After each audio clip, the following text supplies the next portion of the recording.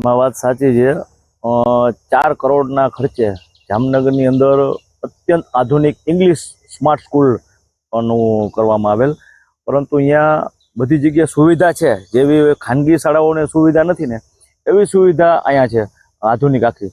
પરંતુ ક્યાંક ને ક્યાંક નગર પ્રાથમિક શિક્ષણ સમિતિના પદાધિકારીઓ અને સરકાર વચ્ચે કદાચ સંકલનનો અભાવ હોય, કારણ કે હમણાં તાજેતરમાં 9 તારીખ પછી સ્કૂલો ખોલવાની છે, હજી આ સ્કૂલનું કોઈ ઉદ્ઘાટન કરવામાં નથી આવ્યું।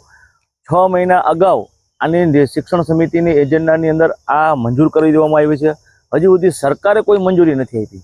એટલે પ્રશ્ન એ થશે કે હમણાં સ્કૂલ ચાલુ થઈ જશે તો હજી એમાં કોઈ શિક્ષકોની ભરતી નથી થઈ, શાળાના વિદ્યાર્થીઓને એડમિશન કેવી રીતે લેવા એની કોઈ સુવિધા નથી।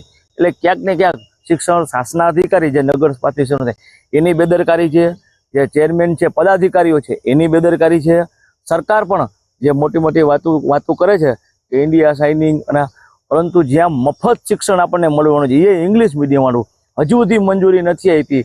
એટલે ખૂબ જ ગંભીર મુદ્દો છે। તાત્કાલિક ધોરણે આની મંજૂરી આપી અને તાત્કાલિક આની કાર્યવાહી કરે એવી અમારી માંગણી છે। જામનગર મહાનગરપાલિકા સંચાલિત નગર પ્રાથમિક શિક્ષણ સમિતિ 2 ઇંગ્લિશ સ્કૂલ ચાલુ કરવામાં આવે છે। એમની એક દેવરાજ દેપાળ શાળા નંબર 53, સોનલનગર શાળા નંબર 31, હિમાલયનગરમાં બંને ઇંગ્લિશ સ્કૂલ ચાલુ કરવામાં આવે છે। હાલ પૂરતું પહેલાં બાલવાટિકા 1, 2 ક્લાસ ચાલુ કરવામાં આવશે।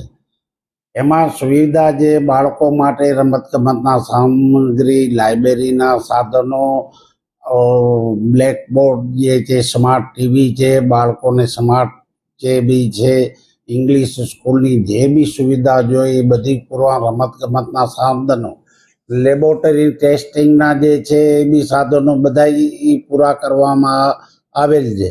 બંને સ્કૂલોમાં અંદાજિત ખર્ચો 4.5 કરોડ રૂપિયા મહાનગરપાલિકા તરફથી કરવામાં આવેલ છે ને જામનગરમાં સ્માર્ટ સ્કૂલ, સારામાં સારી સ્કૂલ, પ્રાઇવેટને બી ટક્કર મારે એવી સારી સ્કૂલ ને સારા સ્તર પર બાળકોને ભણતર મળે એવું જામનગર મહાનગરપાલિકા નગર પ્રાથમિક શિક્ષણ સમિતિનો અમારો પ્રયાસ છે ને બાળકોના ભણતરમાં ક્યાંય બી કચાશ ના રહે, દરેક ફેસિલિટી મળતી રહે એવી અમારી અપેક્ષા છે।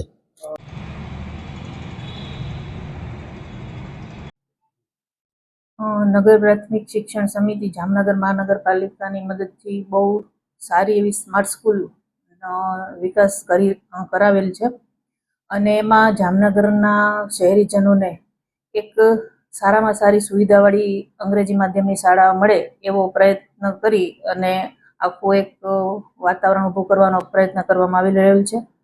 આ શાળા શરૂ કરવા માટે ગુજરાત રાજ્ય સરકારની મંજૂરી લેવાની જે પ્રોસિજર થતી હોય એ થઈ ગયેલ છે। ટૂંક સમયમાં જ રાજ્ય સરકાર દ્વારા આની મંજૂરી મળતા જ એના નામાંકન માટેની એટલે કે પ્રવેશ માટેની પ્રક્રિયા પણ હાથ ધરવામાં આવશે અને આગામી નવા સત્રથી આપણી બંને અંગ્રેજી માધ્યમની શાળાઓ શરૂ થઈ જાય એ રીતની પૂરેપૂરી તૈયારી સમિતિ દ્વારા કરી દેવામાં આવેલ છે। ના, એ મંજૂરી ન મળવાનું કોઈ એવું ખાસ કારણ ના હોઈ શકે। મંજૂરી મળવાનો જે સમયગાળો હોય ત્યારે જ દરખાસ્ત રજૂ કરવાની થાય અને એ સમયગાળામાં દરખાસ્ત રજૂ કર્યા બાદ સરકારની જે પ્રોસિજર હોય, પ્રોસિજરના ભાગરૂપે પૂરી થાય એટલે મંજૂરી આપી દેવામાં આવતી હોય છે। હા, એટલે શિક્ષકોની ભરતી તો થોડો સમય વાર લાગે, પણ જ્યાં સુધી શિક્ષકોની ભરતી ના થાય ત્યાં સુધી તમામ ખર્ચ જામનગર મહાનગરપાલિકા દ્વારા ઉઠાવવાનો થાય એવી નિયમોની જોગવાઈ થયેલી હોય, એટલે એમાં એ બાબતે કોઈ પ્રશ્ન નથી। જેવું થશે મંજૂરીનું કાર્યવાહી ત્યારબાદ નામાંકનની પ્રક્રિયા શરૂ કરવામાં આવશે।